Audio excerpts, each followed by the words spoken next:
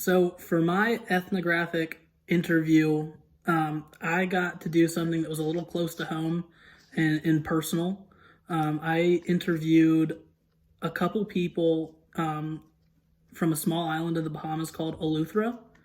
The reason it's kind of hits home and it feels so personal is that I got to spend roughly 4 months working closely through a habitat foundation that's based in James Cistern, Eleuthera.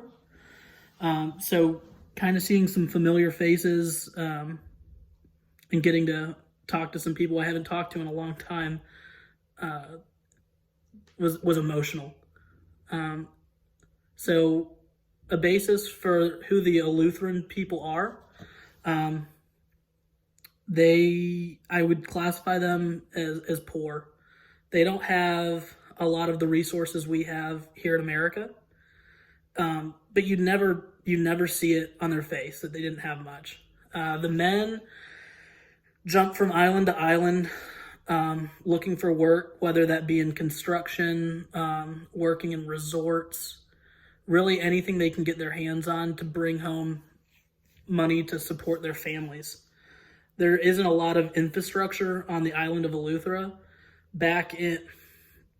Back when the French colonized the island, they brought over cattle and sheep, and they would use the animals to sustain their dairy farms.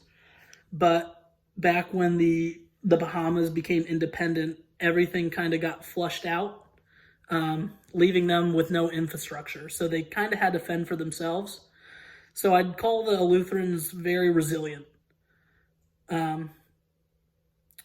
I explained that the men go and search for jobs and ways to bring home money.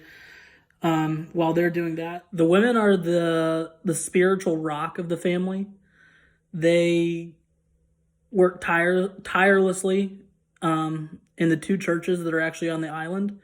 I was fortunate to live right down the road from one, so I regularly attended services, and their services were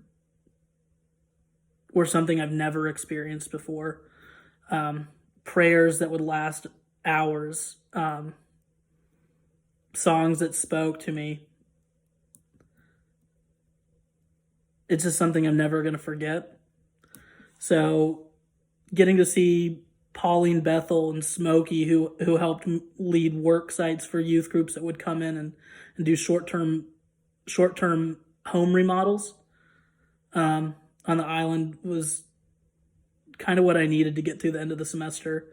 I'm very grateful for this opportunity to do this interview and see people that I called my family for so long.